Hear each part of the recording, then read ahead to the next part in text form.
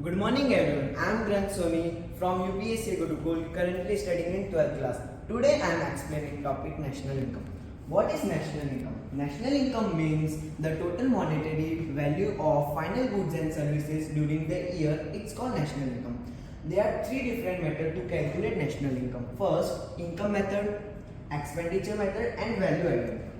What is income method? Income method means there are four affecting factors of income method, that is land gets rent, labor get wages, capital get interest and entrepreneur get profit. There are four affecting factors that sum up and obtain national income. The formula of national income is compensation of employees plus operating surplus plus mixed income. Compensation of employee include wages and salary, payment in kind, SSC social security scheme and old age pension.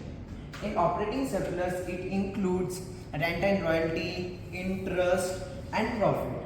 Mixed income means the self-generated goods like farmers, barber, etc. There are two methods of income method, NDPFC and NNPFC.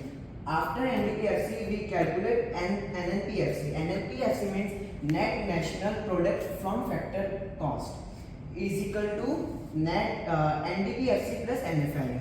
NFI means factor income from abroad minus factor income to abroad. Then next expenditure method. Expenditure method का मतलब होता है कि जो government total expand करती है final goods and service पे, उसको एक्सपेंडिचर मेथड कहते हैं.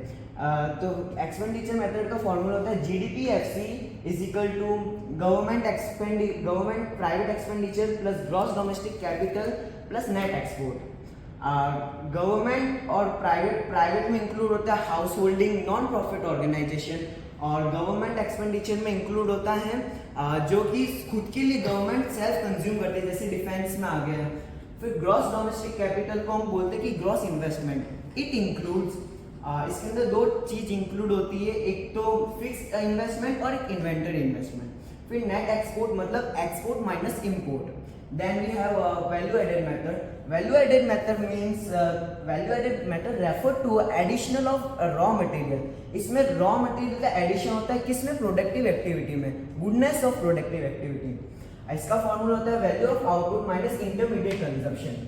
इंटरमीडिएट कंजप्शन क्या होता है? इंटरमीडिएट कंजप्शन वो होता है जो फाइनल यूजर के लिए रेडी नहीं होता है, एक तरह का रॉ मटेरियल होता है.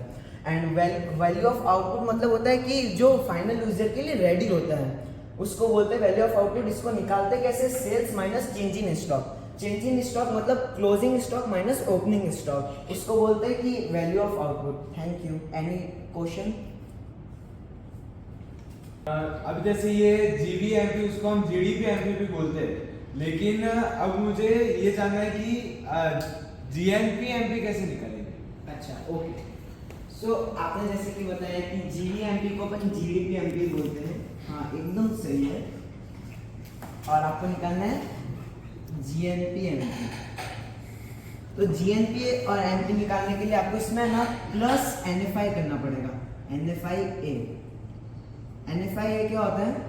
Factor income from abroad minus factor income to abroad. ठीक है, थैंक यू.